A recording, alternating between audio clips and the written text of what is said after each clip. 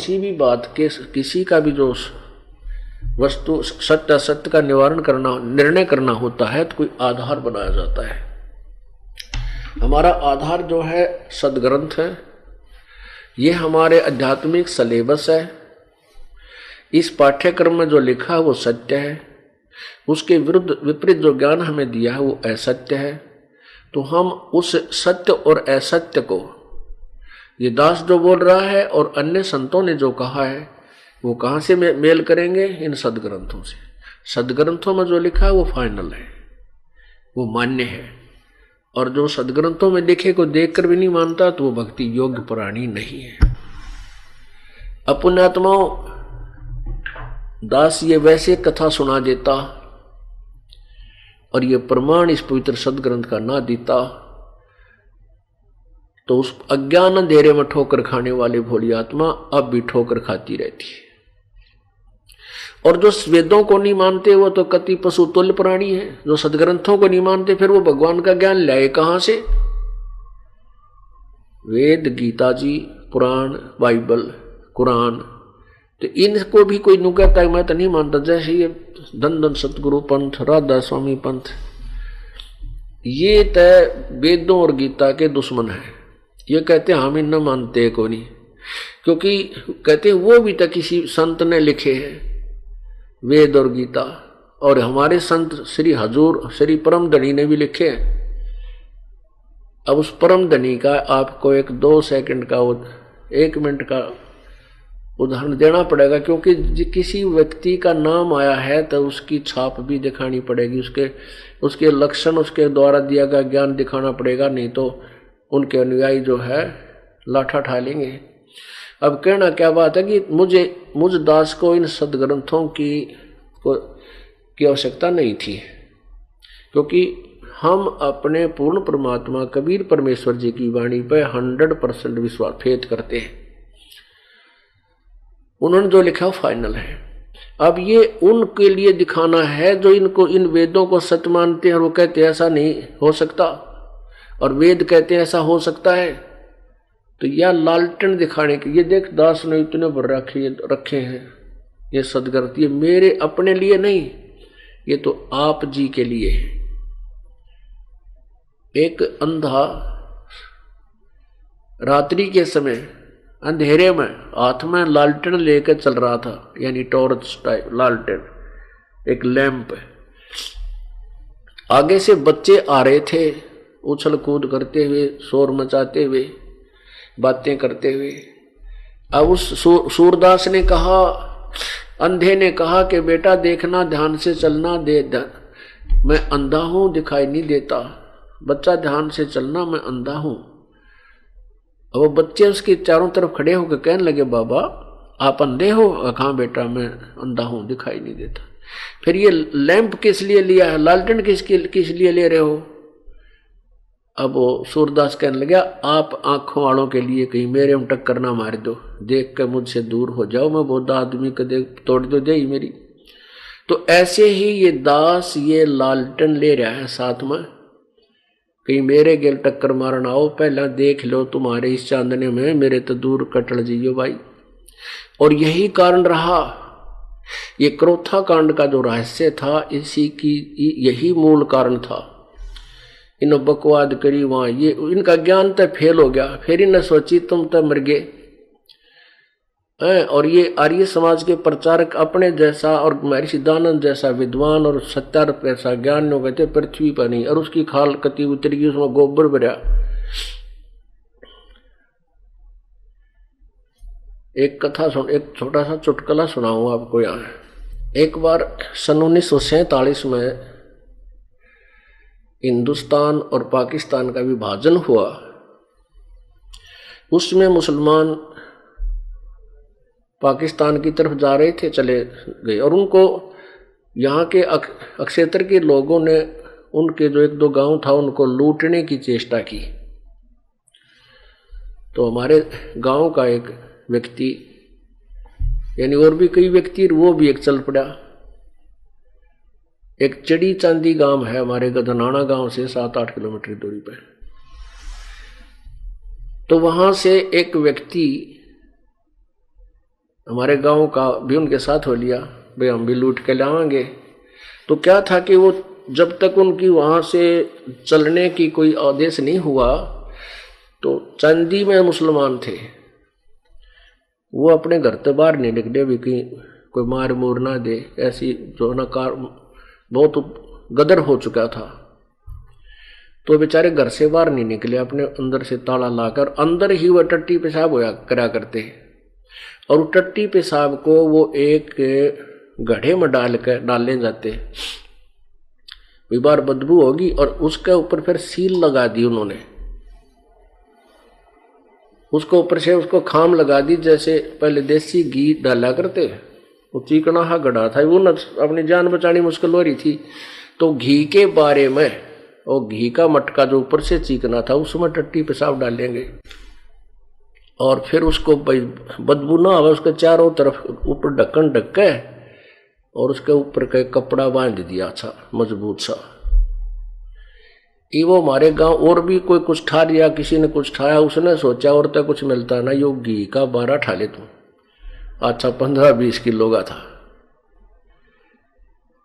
और वो जो घर में प्रवेश किया, वो नई जूती पहन रहा था, वो जूती निकाल दी बाहर गली में। वही किसी घर में बगैर जूते पहने नहीं जाना चाहिए, सीधा सा आदमी था वो।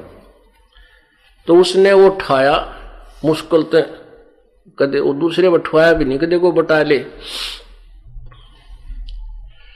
और सारी रात चला 8 किलोमीटर वो पहुंचा, क्यों सिर पे घी का 12 वाला सहज सहज चल रहा है। फिर अब वो घर पहुंचा, अंदर जाके अपने भीतरले घर में यानी साल में कति मुख्य घर में जहाँ खाना खुना बना के खाते थे, वहां पहुंच गया। उसका पिताजी बोला, अरे जूती की छोड़ा तू? बोला तन्ने जूतियां की लाग रही, आजा माल दिखाऊंगा। वो कहते हैं उसने फिर उड़द तरवाया, उतार के वो जब खोल लिया और खोल दे, उसमें सी भूंडी बदबू आई, गोबर। अब उन 9 साल में तो ठाना मुश्किल हो गया। तो सत्यार्थ प्रकाश ने ये भले पुरुष घी का 12 मान के ठाए अंडे थे, पाया गोबर भरा इसमें। अभी नयो बार ने आगे डिगाना मुश्किल हो रहा है। तो इन्होंने फिर मेरे साथ खसना शुरू कर दिया कि इसका प्रचार बंद करवा दो ना, नाश हो गया। तो पुण्यात्माओं, यो चढ़ी चांदी वाला 12 था भाई सत्यार प्रकाश, और ईब ताई बोझ मरते फिर थेरी इसमें पाया क्या, आपको दिखा रखे हमने खूब। तो पुण्यात्माओं, उन यही कारण था क्रोथा कांड करवाने का। सन 2 जनवरी 2005 में इन्होंने यही कांड करना था, क्योंकि हम 2003 में हमारा प्रचार ये आस्था चैनल पर चला था, और इनको झलक होगी, पता लग गया कि थारी खाल उतरेगी, तो इन्होंने मिलकर वो आस्था चैनल से बंद करवा दिया। आस्था चैनल से हमारा कार्यक्रम बिल्कुल बंद करवा दिया। फिर हमने गांव गांव में, नगर नगर में जाकर करने लगे, वहां भी विरोध जबरदस्त कर दिया। हम एक बार यमुना नगर में कर रहे थे, वहां भी इन्होंने मिलकर औरों को भी जो है ना हमारे विरोध करके, और वहां से हमारा बीच से ही सत्संग छुड़वाया, वहां से भी जान बचा कर भाग कर हम अपने वापस आए। फिर हमने समाचार पत्रों के माध्यम से प्रचार शुरू कर दिया, तो इनकी पोल खुलन लगी। तो 2 जनवरी 2005 में सतलोक आश्रम क्रोथा पे अटैक करने की तैयारी की, और वहां एक सम्मेलन का बहाना किया हमें, और गांव गांव में, नगर नगर में जाकर दुष्प्रचार किया। आश्रम क्रोथा में ऐसा होता है, वहां से गंदे कर्म होते हैं, वहां किसी को मत जाने देना, बहन बेटियों के साथ ऐसे होता है। और वो अपनी सच्चाई ना बता करके कहीं ये दोनों औरों को मुझे बदनाम इसलिए कर रहे थे कि वहां कोई ना जावे, तुम्हारी पोल ना खुले। तो उस समय हमारे ट्रस्टी ने न्यायालय से सटे ले लिया उनके उस 2 जनवरी वाले सम्मेलन पर। फिर भी उन्होंने हठ से सब मर्यादाओं को तोड़ के हमारे आश्रम से 1 किलोमीटर आधा किलोमीटर की दूरी पर डीगल गांव की सीमा में, वो जो 144 धारा और सटे जो मिला था वो करोथा की सीमा का था, तो वहां उन्होंने किया और फिर समाचार पत्रों में ये बेहुदी बातें छपवाई, बकवादे। तब तो इनकी दाल गली नहीं। अब ये 12 जुलाई 2006 को इन्होंने वही प्रतिशोध लिया और सरकार को भ्रमित कर दिया कि वहां ऐसा होता है वैसा होता है, जिस कारण से ये अत्याचार अन्याय सरकार ने भी कर दिया हमारे साथ। कोई बात नहीं, हम परमात्मा की ओट में बैठे हैं, सांच को आंच कभी ना हुई और ना हो सकती। अब देख लेना, अब हम अपनी सच्चाई को जनसाधारण तक पहुंचा देंगे और ये लोग उनको धिक्कारा करेंगे जिन्होंने ऐसे शांतिपूर्वक आश्रम में अपना हम तो ऐसे सत्संग कर रहे थे, धार्मिक कार्य किया करते थे, उनको बंद करवा दिया। तो पुण्यात्माओं, ऐसे इन लोगों ने ये भट्ठा बैठा दिया। अब परमात्मा का आदेश है, ये पूरे विश्व में फैलेगा, इसको कोई रोक नहीं सकता। ये प्रभु का चला हुआ कार्य है, हमारा और आपका नहीं है। हम और आप ये कार्य नहीं कर सकते। उसकी शक्ति, उनकी मेहर, उनकी रहम और उनका आदेश ये सब कार्य कर रहा है। दास तो एक केवल निमित्त है और उनका मजदूर हूं परमेश्वर का, कुत्ता हूं कबीर परमेश्वर का, और आप धनवानों को जगाने के लिए भौंक रहा हूं, क्योंकि आपका धन लुट रहा है, आपका जीवन व्यर्थ हो रहा है। आप भक्ति रूपी धनी हो, आपका धन लूट रहा है, आपका जीवन रूपी श्वास अक्षीण हो रहे हैं, नष्ट हो रहे हैं। आप जाग जाओ, अपने श्वासों को संभालो।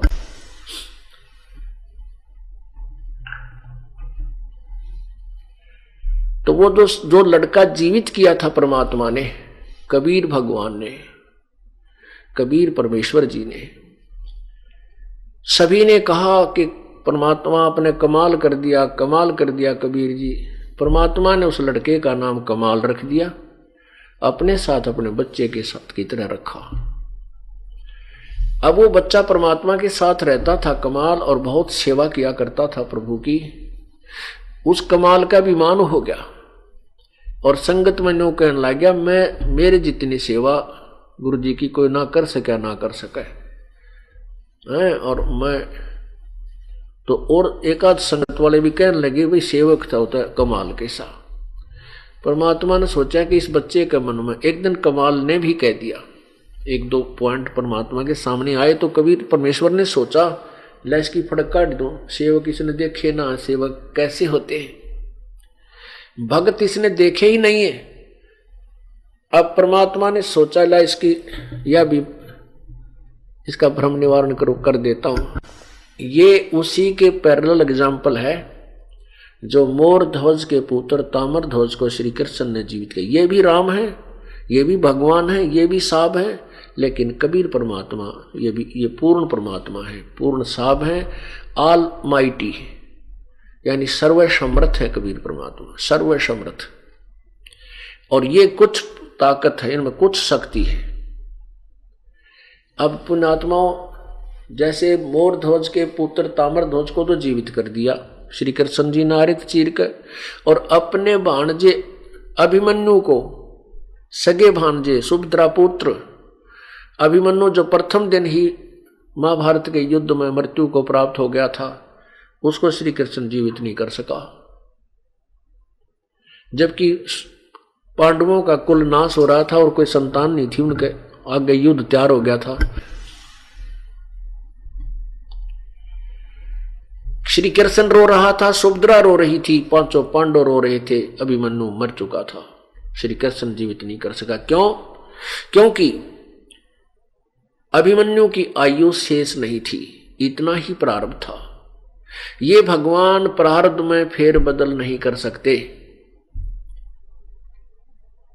ये केवल जितना संस्कार है, जो जिसका निमित्त है, उतना ही दे सकते हैं। और पूर्ण परमात्मा आयु भी बढ़ा देता है।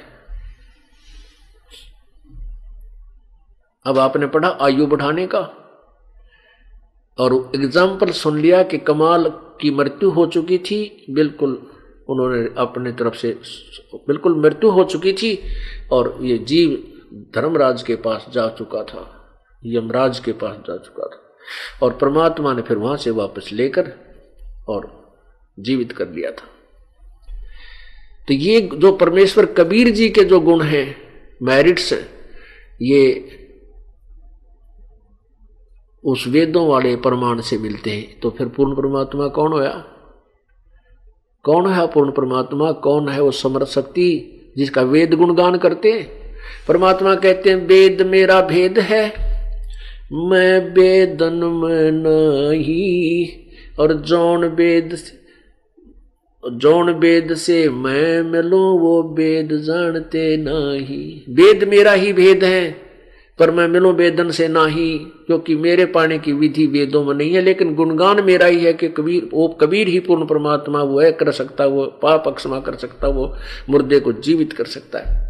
लेकिन मैं मिलूं वेदन से नहीं, इन वेदों में लिखी विधि से मेरी प्राप्ति नहीं हो सकती। और जिस वेद से मैं मिलूं, सबसम वेद में जो ज्ञान है उससे मैं मिलूं। ये चारों वेद जानते नहीं, इन चारों वेदों में वर्णन नहीं है। अब वो उस तो मोरध्वज के ताम्रध्वज के जो ताम्रध्वज जो लड़का था उसकी आयु शेष थी, क्योंकि तो बीच में चलती आयु में उसने उसका जानबूझ के कटवाया था, उसको जीवित कर दिया था। और अर्जुन का ये वहम हो गया था कि मेरे जितना सेवक श्री कृष्ण का कोई नहीं साथी, मित्र, सखा। तो वो भ्रम काट दिया जब अर्जुन का पसीने आ गए। श्री कृष्ण ने कहा कि देख ले अर्जुन, तू नहीं कहता मेरे जैसा कोई सेवक नहीं। अर्जुन बोला जी मैं तो इनका पास सिंह भी कोई ना, इन्होंने तो कमाल कर दिया। तो ऐसे ही उस कमाल का भ्रम हो गया था, उसकी फड़क निकालने के लिए प्रभु ने कहा।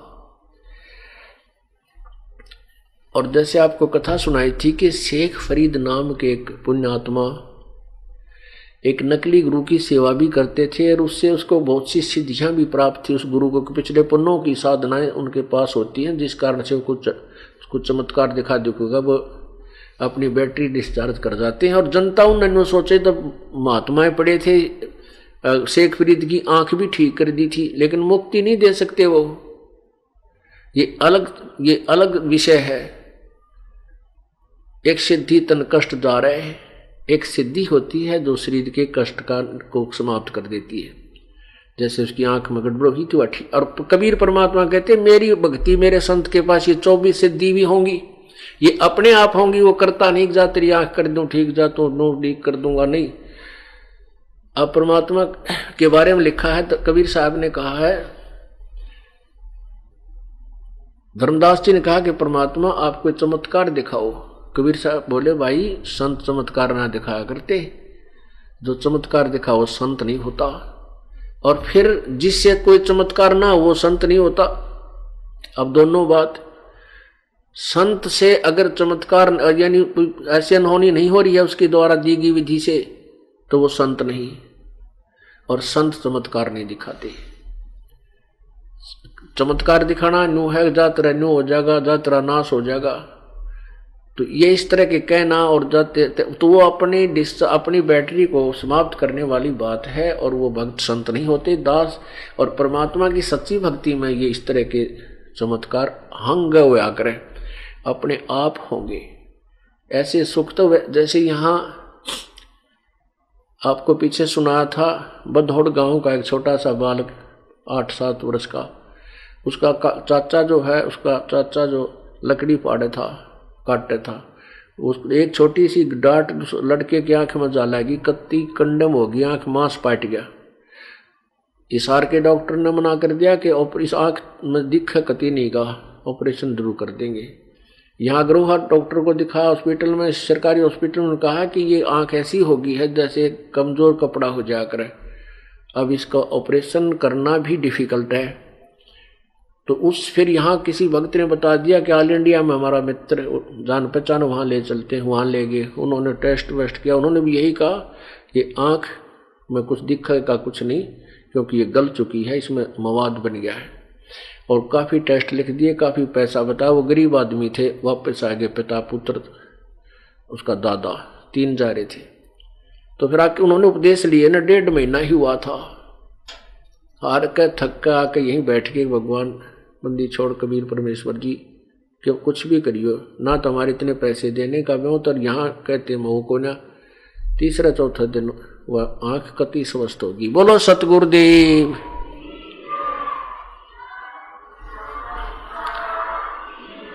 बोलो बंदी छोड़ कबीर परमेश्वर जी की जय। तो उसके निशान भी नहीं, कोई बता नहीं सकता इस आंख में कभी चोट भी लगी होगी। तो पुण्यात्माओं, एक शेख फरीद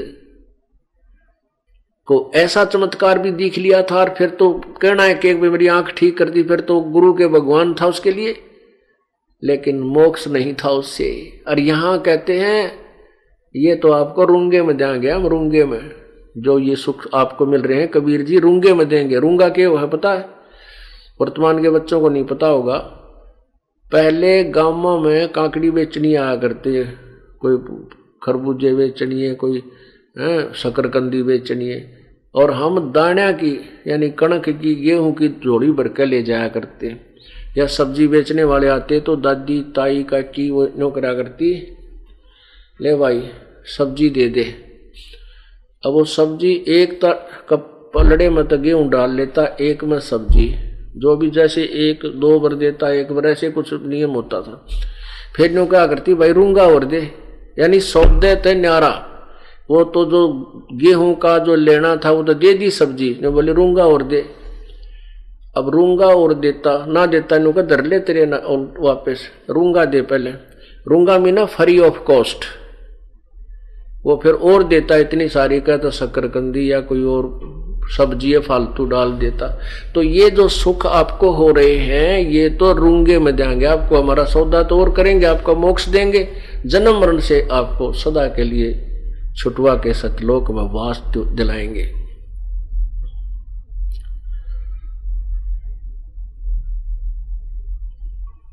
आगे क्या होता है कि उधर से सम्मन मनियार और उसकी पत्नी नेकी, वो परमात्मा के कबीर परमेश्वर के विचारों से बहुत अच्छा प्रभावित थे। घर में चर्चा चलती थी, जैसे आप यहाँ सत्संग सुनते हो, घर के एक सदस्य भी यहाँ आ गया तो घर में 4 और बार देखते पाओगे और पूछेंगे आज गुरुदेव ने क्या क्या कथा सुनाई, हमने बता दो, हम नहीं जा सके। तो आप जाकर चर्चा करते हो, छोटे छोटे बच्चे भी सुनते हैं, तो वो बच्चे भी रंग में रंगे जा रहे हैं परमात्मा की महिमा से। और एक घर में जाकर सारा दिन कोई ताश खेल रहा है, कोई हुक्का भर रहा है, कोई किसी की चुगली कर रहा है, कोई रागनी गा रहे हैं, कि तो टीवी चल रहे हैं, कि तो बकवाद गाने चल रहे हैं। एक तो बालकों को वो गंदा असर पड़े, एक ये ऐसा विचार परमात्मा के और वह महिमा वहाँ गाई जाए, उन बच्चों को कितना आनंद और कितना उनका जीवन सुचारू बनता है। ऐसे ही वो परिवार के सदस्य अपना दिन में काम करते, दोनों जने चूड़ी बेच कर आ करते, मनियार व उसकी पत्नी नेकी भी और सम्मन भी। और जहां भी वो जाते चूड़ी पराते और भगवान का, कबीर परमात्मा के हमारे गुरुजी ऐसे हैं, तुम की तो नाम ले रहे हो, यानी चर्चा छेड़नी पड़े हमारे भगत ने, बस की बात को ना, तुमने कहीं से उपदेश ले रखा है। वो कहे हम वो पूजा करते हैं, वो कहते हैं, फिर वो समझाते, हमारे कबीर जी भगवान ने सिकंदर लोधी का रोग ठीक कर दिया, हमारे भगवान ने एक मरा लड़का जीवित कर दिया, हमारे गुरु जी ने रामानंद का सिर काट दिया था, सिकंदर लोधी ने, हमारे गुरु कबीर जी ने उसको जीवित कर दिया। अब हम तक वहाँ साची, और ये वो तो कहें सत्य, और वह लोग उड़ाओ मजाक, वो लड़कियां उड़ाओ मजाक, क्योंकि वो लड़की औरतों को पहनाते थे चूड़ियाँ, तो वह हंसी करे बाद में, अकी मूर्ख पागल है, एम बांडे सारे दिन, ये काम होया करे कहते। फिर वो चर्चा चलती है एक दूसरी बहन बेटियां में, स्त्रियों में, फिर आदमियों में पहुँच गई, वो नो को है ऐसे, उनका गुरुजी ऐसा है, कबीर नाम है उसका, काशी में रहता है, ऐसे दो कर देता है, कोडी के रोग ठीक कर दिए, एक निर्धन था उसका, तो उसको धनवान बना दिया। तो वो ऊपर तो ठीक बोलते पर अंदर से नो कहते तो बुद्धू है कति, ये होया करे कभी। एक आदि तो वैसे भी कह देते क्यों झूठ बोलो हो, अपनी चूड़ी बेच लो। अब उधर से क्या होता है कि वो बच्चा छोटा सा था, 10-12 वर्ष की उम्र का, सम्मन और सेऊ, तो वो भी रंगमरंगा हुआ था। तो वो भी बच्चों में अपनी ये चर्चा करता था अपने साथ आड़ा में। तो बच्चे नो क्या करते, तुम्हारे गुरुजी कभी तुम्हारे घर आए हैं? उस सेऊ तो वो कहने लगे। और ये नकली संत कहीं कहीं चले जाते थे, तो वो नो क्या हमारे गुरुजी तो हमारे घर आते हैं। तुम्हारे गुरुजी आए कभी घर? तुम्हारे गुरुजी तो राजे लोग आगे जाते हैं, जहां उनको धन मिलता है, पैसा मिलता है, वो तो लोभी लालची है तुम्हारा गुरु। सम्मन उस सेव को कहा करते अन्य साथी दूसरे बच्चे। तो एक दिन सेऊ ने सम्मन और उसकी पत्नी और वो दोनों अपना वक्त से चूड़ी चाड़ी बेच के वक्त से आगे शाम के समय, तो उधर से वो बच्चों में खेल कर लड़का आया तो उसको ऐसे ताने लगा रखे थे। तो सेऊ ने कहा अपने माँ बाप से कि पिताजी माताजी, क्या कभी अपने गुरुजी अपने घर नहीं आ जाए? अपने गुरुजी अपने घर आ जाए तो आनंद हो जा। अब सम्मन कह रहा था बेटा, नेकी कह रही थी बेटा गुरुजी आ तो जावे, लेकिन उनको कितने शिष्य हैं और किस किस के घर जाएंगे वे? अपना पता है लाखों शिष्य हैं अपने गुरुजी के। और बेटा वो तो हाजिर है यहाँ पर, आप वो परम शक्ति है बेटा, यहाँ कौन से हम के उनसी नजरों से दूर है। तो वो लड़का नो कह नहीं माँ एक बार आ जाना, इन बड़का का मुंह बंद कर दूं मैं, गुरुजी यहाँ जा बस फिर ही नमक का बता दूं। हमारे गुरु नो कहे तुम्हारे गुरुजी तो राज्य महाराजा का जाते, जहाँ उनको अच्छे अच्छे पैसे मिलते हैं। अब नेकी ने कहा बेटा दुनिया की बात ना सुना करते भगत, इस पर कहेंगे कल कोई और कह देंगे, फिर कुछ और कहेंगे हैं, और गुरुजी अपने साथ ही हैं। कहने का माँ वह बात तो ठीक है, पर मेरा जी सा करे एक बात जा तुम्हें आनंद हो जा। नो वो बातें कर ही रहे थे, इतने में वो 3 प्राणी, वो शेख फरीद जो कबीर जी के का शिष्य हुआ था, जो कुएं में निकाला था, उल्टा लटका भक्ति करता था, परमात्मा ने बाहर निकाला था, फिर उसको सत्मार्ग बताया था, वो भी फिर प्रभु के साथ परमेश्वर के साथ वो आत्मा अपने कल्याणार्थ रहा करती थी। तो उस दिन शेख फरीद और कमाल और परमात्मा कबीर जी ये तीनों चल पड़े। कबीर जी कहने लगे मैं ऐसे जा रहा हूँ भक्तों से मिलने के लिए, तुम चलोगे? कमाल बोला जी मैं नहीं चलूंगा, आपकी सेवा कैसे होगी, मेरे जैसा सेवक कोई आपको मिलेगा? अब ये बकवाद करने लग जाते हैं ना, जब परमात्मा समझ जाता है कि इनकी गाड़ी पटरी से नीचे जा चुकी है, इसको सेट करते हैं। शेख फरीद बोला जी आपकी आज्ञा हो तो आपका दास भी चल पड़े। अकाजा बेटा। अब तीनों चल पड़े। जो ही वो चर्चा कर ही रहे थे, इतने में बाहर गेट का बाहर खड़े एक टूटा है दरवाजा, उसको वहां खड़ा होकर आवाज लगाई रहे सम्मन है क्या घर पे? अब वो अंदर बैठे थे आंगन में,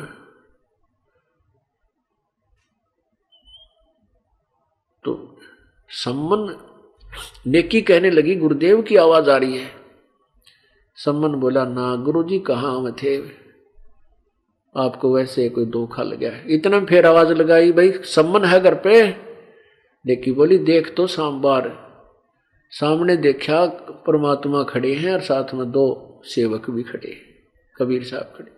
अब तीनों के तीनों नंगे पैरों भाग लिए।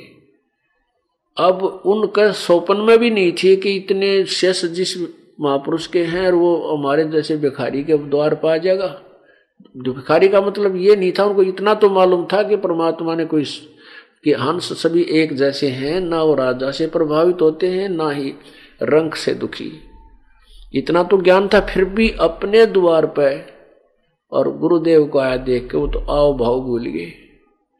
अब यूं देख रहे हैं कि मैं सब सचमुच हमारे यहाँ खड़े हैं, हम द्वार पर, ये गली में जाकर के ऐसे सतब्ध हो गए ना, नो के आ जाओ भीतर, अंदर आ जाओ प्रभु, बैठने की भी ना की, नो देखा आंख फाड़ के। अब सचमुच ये हो कैसे गया? गुरुजी हैं ये सौपन है। तब कमाल ने कहा कि भक्तों, गुरुदेव को अंदर बैठाओ या यहीं खड़े रखोगे? तब उनको सौपन सा टूटा, भाग टूटा फूटा जैसा वस्त्र था वो बिछौना बिछा दिया, फटा पुराना, और सम्मन उनके पास बैठ गया, बैठा दिया, पानी पात पिलाया, जल पिलाया। उधर से नेकी फिर कुछ देर के बाद बातचीत चली और सम्मन ने कहा, प्रभु भोजन अभी बनाएं या कुछ जैसे आपका आदेश हो, भोजन अभी को तो अभी तैयार करवा देता हूँ। परमात्मा बोले, वे भोजन तो खाएंगे पर शाम को खा लेंगे, भोजन तो खाना ही है। सम्मन अंदर आया अपनी पत्नी के पास, नेकी के पास। नेकी से कहा, नेकी भोजन तैयार करो, प्रभु परमात्मा अपने गुरुदेव सफर में आए हैं, भूख लगी है, पैदल चल के आए हैं। नेकी कहने लगी, घर में तो एक दाना भी कोई ना, आज ना आटा है ना कोई कणक है। तो समन कहने लगा, किसी उधारा मांग लिया। नेकी कहने लगी कि उधारा भी कोई नहीं दे रहा आज मुझे। इस उधारा इसलिए नहीं दे रहे हैं, वो कह रहे हैं कि तुम्हारा गुरुजी, उसने जाके कहा हमारे गुरुजी आए हैं और आटा दे दो, क्योंकि वही मांगा जाता है जहां पर उसका हाथ आपस में मेल मिलाप हो। 5, 7, 10 घरों में वो मांग का ही सारे नाट गए कि आज तुम्हें क्या जरूरत है मांगने की, तुम्हारे गुरुजी तो वैसे भंडार भर देते, तुम्हारे गुरुजी तो इतने समर्थ है, मुर्दे जिंदे करते हैं, फिर क्यों मांगती फिरती है। तो कम वो कहने लगा सम्मन, तो नेकी कहने लगी, कोई आज उधारा भी ना देता। सम्मन कहने लगा, ला तेरा यो चीर जो सिर पे रखा हुआ दुपट्टा, इसको गिरवी रखाऊंगा। नेकी कहती है कि मैं इसको भी गिरवी रखना चाहती थी, लेकिन ये फटा हुआ है, कोई गिरवी भी नहीं ले रहा इसको आज। अब सम्मन बैठ गया पेट पकड़ के एकदम, हे भगवान, पहली बार तो भगवान हमारे घर पाए। अरे किसी फुट्टी किस्मत का, कितना पिछले जन्म का कोई पापी हो, मैंने कोई पुण्य नहीं किया पिछले पूर्व जन्म में, इसलिए आज मेरे पास वित्त नहीं है और मैं आज पहली बार मेरे मालिक आए यहाँ पर, मैं भोजन नहीं करा सकता। आंखों में पानी पड़े और बैठ गया नीचे। या क्या हुआ मेरे मालिक? तब नेकी कहने लगी, ऐसा ना करो, आप गुरुदेव से कहो परमात्मा सुबह भोजन करा देंगे। सुमन बोला, सुबह कहाँ से लाऊंगा? तो वो कहती, मैं एक तरकीब बताती हूँ कि तुम दोनों पिता पुत्र रात्रि में किसी बानिए का चोरी कर लो और तुम इतना लाना कि तीनों अतिथियों का, भगवान परमात्मा गुरुदेव का और भक्तों का काम चल जाए, हम नहीं खाएंगे। अब जैसे प्रतिदिन कथा सुना करता वो छोटा सा सेऊ बालक का के पाप, चोरी करना महापाप है बेटा, वो माता पिता शिक्षा देते थे और गुरुजी के वचन सुनाते थे। गुरुजी वैसे कहते हैं, ये जो हम आज किसी का चोरी करेंगे तो हमें उसका बहुत घोर पाप लगेगा। तो सेऊ कहने लगा, माँ चोरी खट्टा खाए ही उनका सर्वस्व, चोरी करते हैं उनका तो नाश होया करे, हम चोरी नहीं करेंगे। माँ बोली, बेटा, कहते हैं सेऊ से नेकी कहे, सुन सेऊ सुरज्ञान, और या मैं अकाज है नहीं चोरी कर दे दान।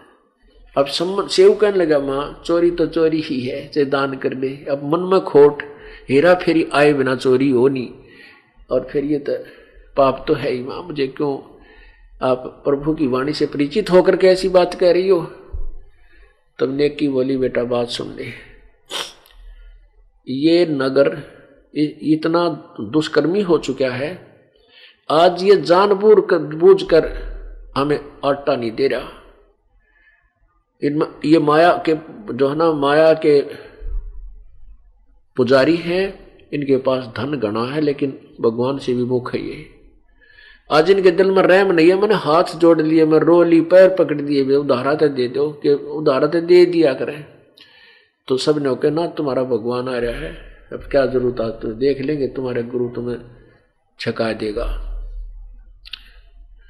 तो ये जानबूझ के बकवाद है बेटा, और हम इस नगरी में कमाया खाया है, हमारे ऊपर इनका एहसान है, और यदि आज ये भूखे चले गए परमात्मा, यो काल इस नगरी में आग ला देगा। पुण्यात्माओं, यदि राष्ट्र प्रधानमंत्री यहाँ आ जा और कोई बकवाद कर दे, उसके जाए पाछा ये पुलिस वाले बकल तोड़ा कर उसका। तो परमात्मा को प्रधानमंत्री कुछ नहीं कहता, वो चला जाता है। चाहे कोई गुंडा भी बोल गया हो, चाहे किसी ने डले भी मार दिए, वो अपना नहीं बोलता, चला जाता है। और फिर ये पुलिस वाले समारा करें उन्हें। तो ऐसे ही उसको पता था, संविधान से परिचित थी, प्रभु के संविधान से नेकी परिचित थी। तो उसने कहा बेटा सुन ले बात, एक नगरी में एक माया के पुजारी रहा करते थे और वो इतने कृतज्ञ हो गए, किसी का सत्कार नहीं करते थे। उस नगरी के पास एक साधु सिद्ध पुरुष आके रात्रि में रुक गया। उसने अपने शिष्य से कहा कि जा बेटा इस नगरी से कुछ भिक्षा लिया। वो लड़का जवान था, वो गया भिक्षा मांगने के लिए।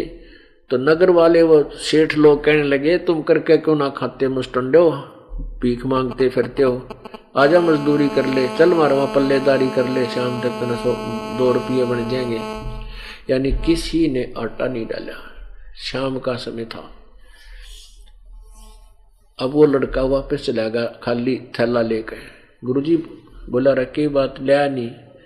शेष बोला गुरुजी ईसा तक नगर ना देखा मैंने आज तक, कोई तो 16 माथा नहीं बोलता और सब जो है ऐसी ऐसी बातें कहते हैं। संत बोला लो कोई ना बेटा, सुबह तू फिर जा। अब सुबह फिर भेज दिया। सुबह फिर गया तो उन्होंने वही डायलॉग फिर सुनाए, वो खाली हाथ वापस आ गया। कहने लगे जी वह तय यही श्लोक सुनाओ है, कतई नहीं मानते। हाँ तो मैं फिर बोला बेटा तू जा,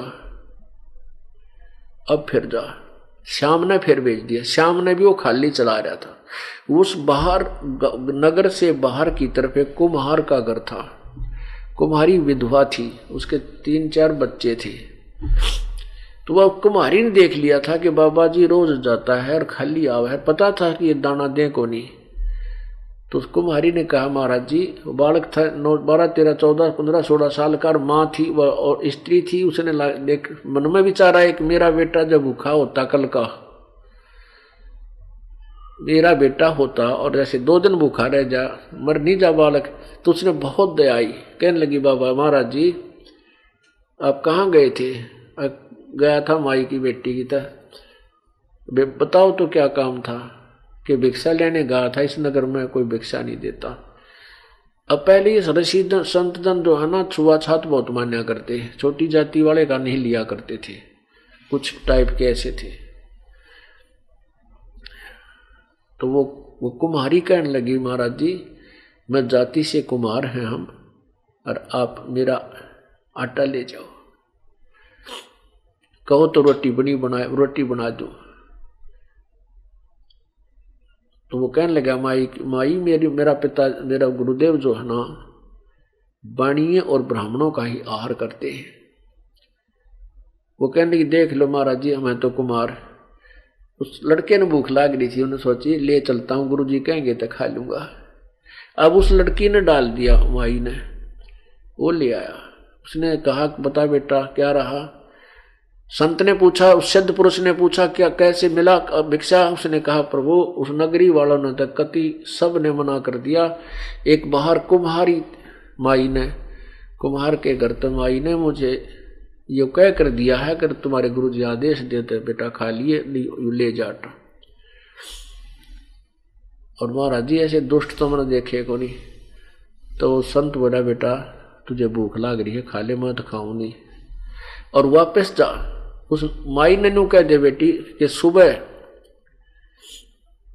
रात्रि ने अपने सारे सामान ने लाद के अपने गधा पर चल पड़े, जहां भी कल अपना चल पड़े, यानी कुछ समय था, और जहां भी सूर्यास्त हो जाए वहीं रुक जावे और वहीं बस जाएगी।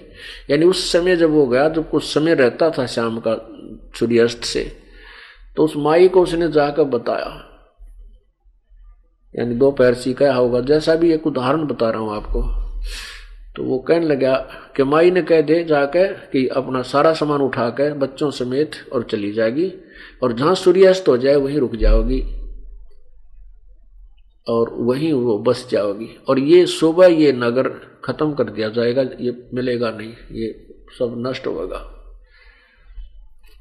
अब महात्मा ने वापस जाके कहा कि माई आप अपना यहाँ से सामान उठा लो और यहाँ से चल पड़ो, जहाँ तुझे सूर्यास्त हो जाए, दिन छिप जा, वहीं रुक जाइए। गुरु जी का आदेश है, हमारे गुरु जी बहुत पहुंचे हुए हैं, तेरा वही बास हो जाएगा और खूब ठाठ होंगे। और ये नगर सुबह तक खत्म हो जाएगा, तो जिक्र मत करना किसी को, नहीं तो तेरा भी काम बिगड़ जाएगा। अब उस समय वो डरा बहुत करते थे पहले संत, इस तरह के ये ऊट मटीला करनीय संत बहुत होया करते हैं। तो उसका जच की बात, उसने उसी समय अपना सारा सामान बांधा फटाफट। के सामान था, 5-4 खाट होंगी और 2-4 पतीले होंगे, वो उठा गए जहाँ पर धर के और चल पड़ी। 7-8 किलोमीटर वहां से जाकर के कहते हैं वो रुक गई, और वहां कहते हैं कुमारियां के नाम से एक गांव बसा हुआ है। तो वह वहां रुकी। रात ने वो संत ने अपनी सिद्धि से उस नगर का नाश कर दिया, खत्म हो गया। तो ऐसे नेकी उसे समझा रही है कि बेटा यदि आज इस नगर से एक सतगुरु बगैर खाए चले गए अन्न, तो ये नगर उजड़ेगा।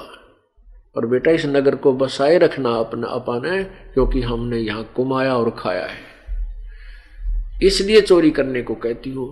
बेटा उस जिससे हम चोरी करके लाएंगे, अगर किसी को पता नहीं चला तो बेटा पाछे जब हमारा पास हो जाएगा तो उसका उतना ही कभी रात्रि में रखावाएंगे। तभी इन सब बातों से को सुनकर वो सेऊ संतुष्ट हो गया। अब ठीक है मां। तो रात्रि के समय दोनों पिता पुत्र चोरी करने चल पड़े। एक सेठ के मकान में सेंध लगा ली, यानी इतना सुराख बना लिया और पाड़ लगा ली कि ऐसे आदमी लेट का अंदर प्रवेश हो जा। अब सेऊ कहने लगा पिताजी मुझे अंदर जाने दो, मैं लाऊंगा चोरी करके। समन कहता नहीं बेटा तू बाहर खड़ा रहे, और मैं पकड़ा जाऊंगा ना तो मैं आटा बांध के बाहर फेंक दूंगा, और बेटा तू भाग दिए उठा के। सेऊ कहने लगा नहीं पिताजी मैं अंदर जाऊंगा, आप बाहर रहो।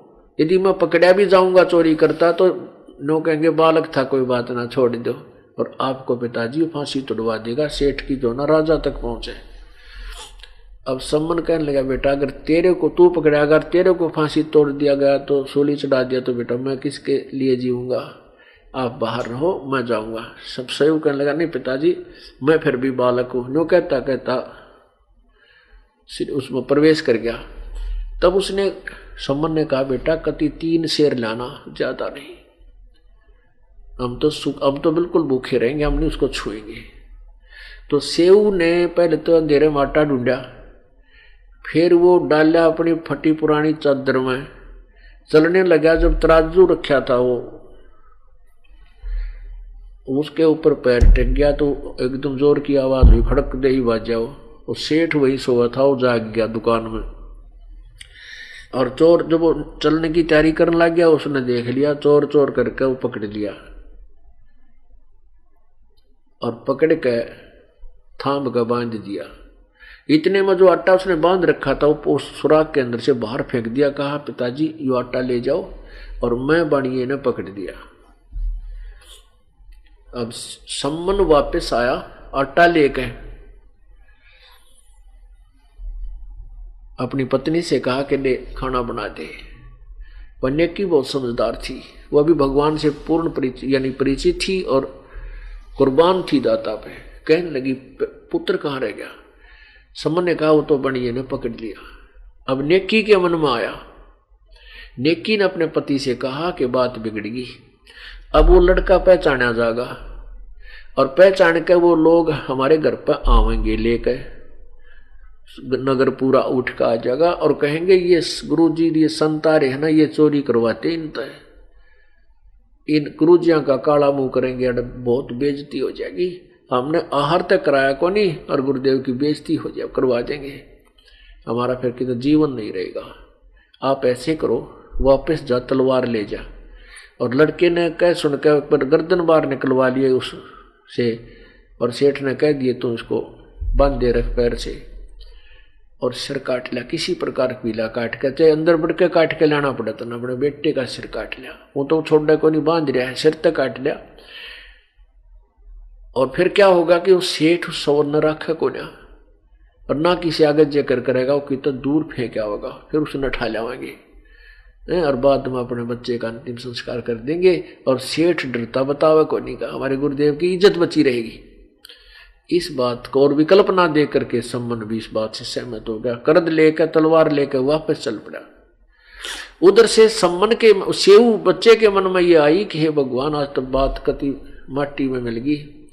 हमारे गुरुजी पहली बार आए और ये लोग मुझे पहचानते इसने लिए आए। सेठ कह रहा था भगत बने फिरो थे, आज पकड़ी गई थारी, वो तेरे गुरुजी आ रहे होंगे आज, वो चोरी करवाना हुआ है, अब देखना तड़के तुम्हारे गुरुजी का तुम्हारा क्या हाल होगा। अब उस पर बेचारे को बहुत धमका रहा था सेठ। अब वो सेव कहने लगा, मन में सोचता है भगवान बात बिगड़ गई। तो इतने में सम्मन ने आवाज लगाई कि बेटा सेव, दो बात करनी है, बहुत जरूरी काम है, एक तू मेरे तो दो बात कर ले, फिर तो ना जाने हम मिलेंगे कि ना मिलेंगे, क्योंकि आपको मरवा दे या मुझे कुछ कर दे। अब उधर से सेव के मन में नहीं आ गया, पिताजी ने कहूंगा कि मेरी नाड़ काट ले जा, मेरी गर्दन काट ले, नहीं तो बात बिगड़ेगी। अब सेव लड़के ने बढ़िया से कहा सेठ से कि सेठ जी बाहर मेरे पिताजी खड़े हैं और दो बात बतला रहा मैं।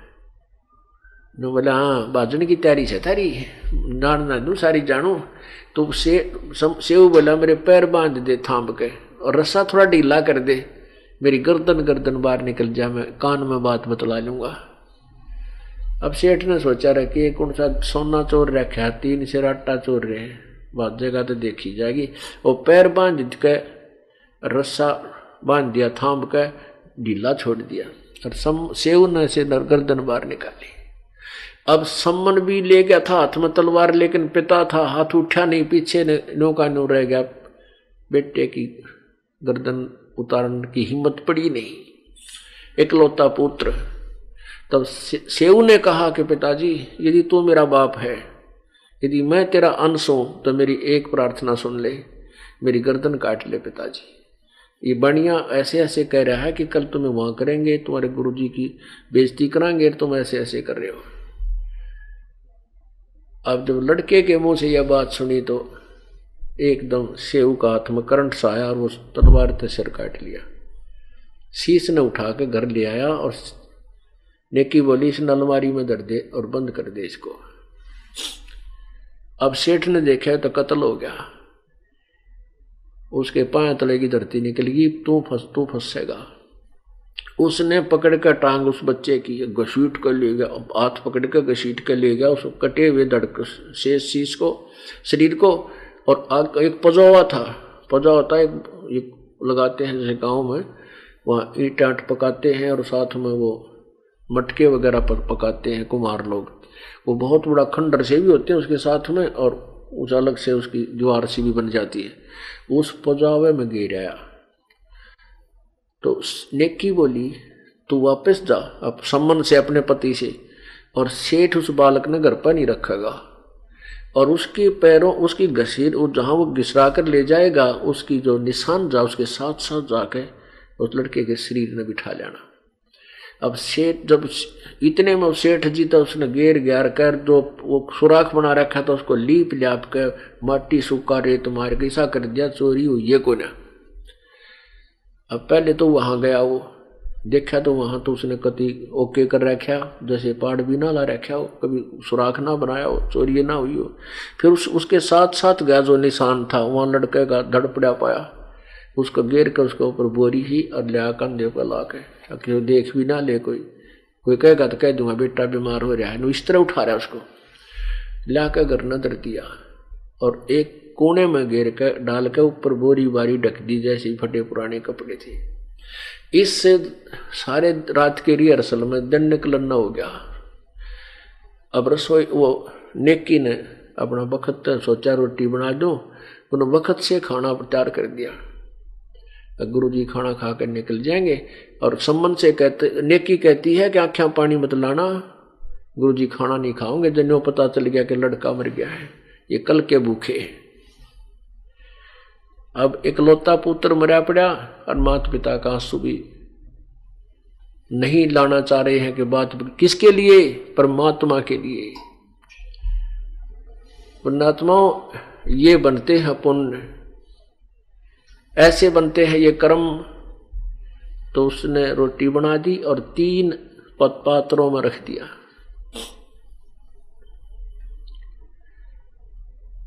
और कहते गुरुजी ने बुला ले, खाना खा लेंगे सारे। समन बोला महाराज जी भोजन पा लो, बखते इसलिए बना दिया, आप शाम ने ना खा पाए थे, भूख लग रही होगी। कहाँ भाई भूख तो लग रही है, चलो। तो आगे वो 3 आसन बैठा, गुरु जी का अलग से लगा रखा, भक्तों का न्यारा बैठने का जैसा भी फटा पुराना बोरी पड़ी थी, और साथ में 3 पात्रों में 3 ये दोने होया करें, जैसे कसोरे बोला करें, मिट्टी के छोटे छोटे डोंगे से खाना खाने के, उन तीनों में वो भोजन डाल रखा। परमात्मा बोले, भाई कबीर जी बोले न 6 में कर लो, आज प्रेम का प्रसाद सारे बैठ के इकट्ठे खाएंगे, आप भी खाओ हम भी खाएंगे, 3 हम और 3 तुम हो। अब सम्मन ने सोचा तो बिगड़ गई बात भाई, कहने लगे नहीं भगवान आप खाओ, हम तो बाद में खाएंगे। परमात्मा बोले ना भाई, जैसे मैं कहूँ ऐसे करो। अब उसने 5 स्थानों में डाल दिया, बोला ना 6 में करो, 5 पात्रों में डाल दिया, बोला नहीं 6 में कर लो। उसी को सारों को 6 पात्रों में डाल लिया और कहा जो बैठो। अब वो 2 तक बैठ गए, नो पूछेंगे सम्मन की सेव कहाँ, कह देंगे वो तो कहीं बाहर गया है गुरु जी, वो तो कोई नहीं, यानी यहाँ तक कहने को तैयारी ही थी। तो परमात्मा ने कहा आओ सेव जी मिलो ये प्रसाद प्रेम, और सिर कटा करें चोरों के और संतों के नितक सेम। बड़ा बेटा आजा रोटी खा ले। कहते उसी समय ताक से सर उठा और दड़प के ऊपर लगा, ओ सेव नो को अनुजीवित होकर पंगत मां का भोजन करने लगा। बोलो सतगुरुदेव, बोलो बंदी छोड़ कबीर परमेश्वर जी की जय।